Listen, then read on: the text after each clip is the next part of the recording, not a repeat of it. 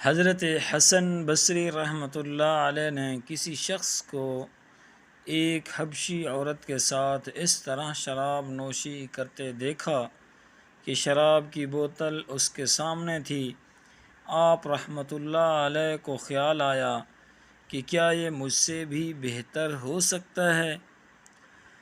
تو شرابی ہے۔ اس دوران ایک کشتی سامنے آئی جس میں 7 افراد سوار تھے اور وہ غرق ہو گئی۔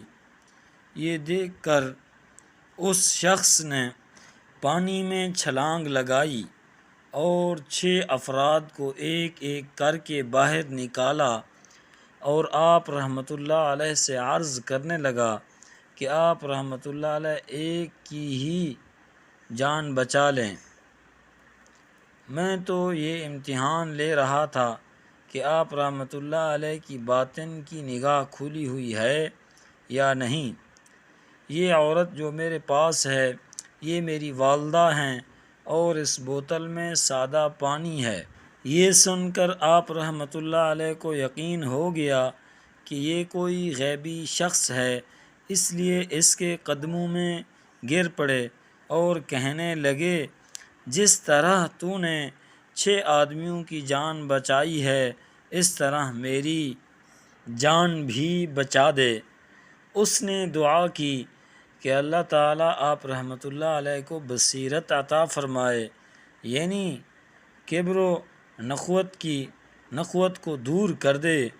چنانچہ ایسا ہی ہوا اور اس کے بعد آپ رحمۃ اللہ علیہ نے کبھی بھی اپنے آپ کو کسی سے بہتر تصور نہیں کیا، اور یہ کیفیت ہو گئی کہ اگر کبھی کتے کو دیکھ لیتے تو فرماتے، اگر عذاب سے چھٹکارا حاصل ہو گیا تو میں اس سے بہتر ہوں، ورنہ یہ کتا مجھ سے افضل ہے۔ اسی لیے فرماتے ہیں کہ کسی انسان کی ظاہری شکل و صورت کو دیکھ کر اس کو جانچنا نہیں چاہیے، بلکہ ہر انسان کو اپنے آپ سے بہتر سمجھنا چاہیے تاکہ بعد میں پچھتاوا نہ ہو۔